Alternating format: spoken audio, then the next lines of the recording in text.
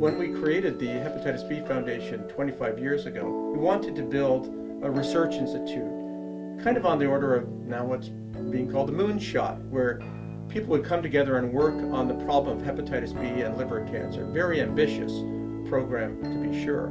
Remember, in those days, it was the dark ages. There was a vaccine, but there were no therapies to help people with hepatitis B. So we wanted to start a foundation that would be dedicated to hepatitis B advocacy and research.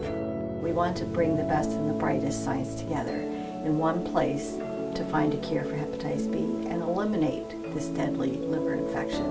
But our solution was to build a research institute, which was renamed in honor of our co-founder, Dr. Blumberg, and of course now we're called the Blumberg Institute. The reason I got involved in the Hepatitis B Foundation was because it had the promise of being an important center for hepatitis B research. About 240 million people worldwide have chronic hepatitis B infection, and about 25% will ultimately die early from cirrhosis or liver cancer because of their hepatitis B.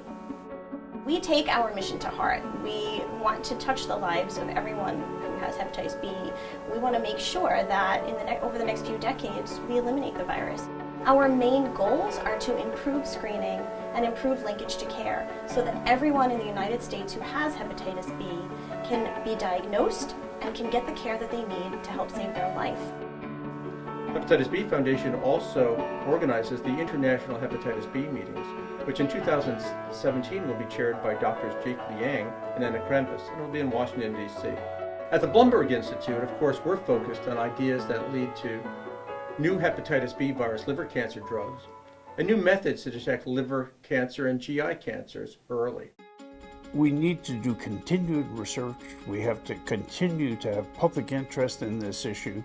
We have to get support from governments to provide the funding for research and for the applications. Hepatitis B Foundation is now central in that program. What we're doing in the nonprofit world, what we're doing in the research world, and what we're doing in public health, we really feel like in the next 10 years there will be a cure, and our goal to eliminate hepatitis B actually looks doable. The Blumberg Institute is the research arm of the Hepatitis B Foundation. And this is all within the Pennsylvania Biotechnology Center, which is a business startup life sciences incubator, which we created and manage. There are now about 100 scientists, students, and staff who work at the Blumberg Institute and the Hepatitis B Foundation, alongside another 300 to 400 people working in those startup companies at the Biotech Center. We're now home to some of the most exciting and accomplished drug discovery scientists and academic entrepreneurs and professionals in the country. For example, there are 8 men and women associated with the center here right now who had their drugs and diagnostic assays approved for use. Lasker Award winner Dr. Mike Sophia is here. He's of course a huge inspiration to us. He won the Lasker Prize for his discovery, or role in the discovery of Sovaldi, which is essentially a cure for hepatitis C. So here at the Blumberg Institute, I have set up a company called Arbutus Biopharma, and that company is focused really in the discovery of a cure for hepatitis B. I think hepatitis B right now is an area that's becoming more and more in the forefront of research, especially in research in liver disease, now that hepatitis C is cured. And so there's tremendous opportunity for this institute to contribute to that solution to the problem. Dr. Hing Su joined our faculty from Drexel University College of Medicine. Her lab made a surprising finding that human urine contains DNA fragments, I call them microDNA, that come from the circulation, so literally any organ in the body. She's exploited these findings to develop a non-invasive, very creative assay for liver cancer.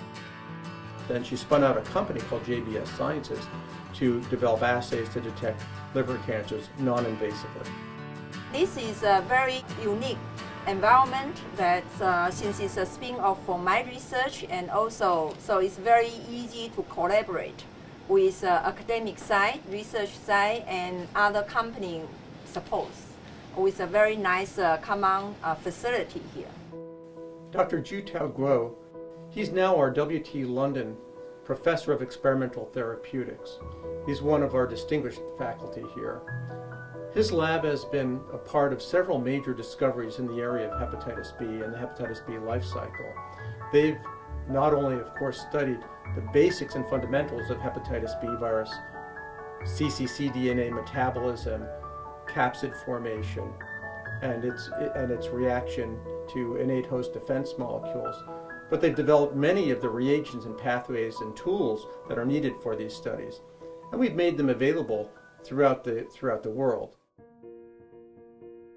In my lab, we have actually, have the postdoc from the different universities and also the visiting scientists from other countries like China, and we also have very talented PhD students. The center really provide me the environment and also the supports that allow me to explore the things I would like to do. This is really an extraordinary, unique environment of a mix of academic, entrepreneurship, and commercial science. The knowledge community created here is critical, and we now host a vibrant graduate program as well. It's been really used as a post-baccalaureate program to help individuals gain admission to medical and graduate schools.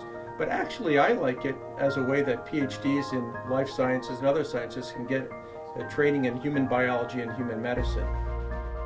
It's an inspiring place to be.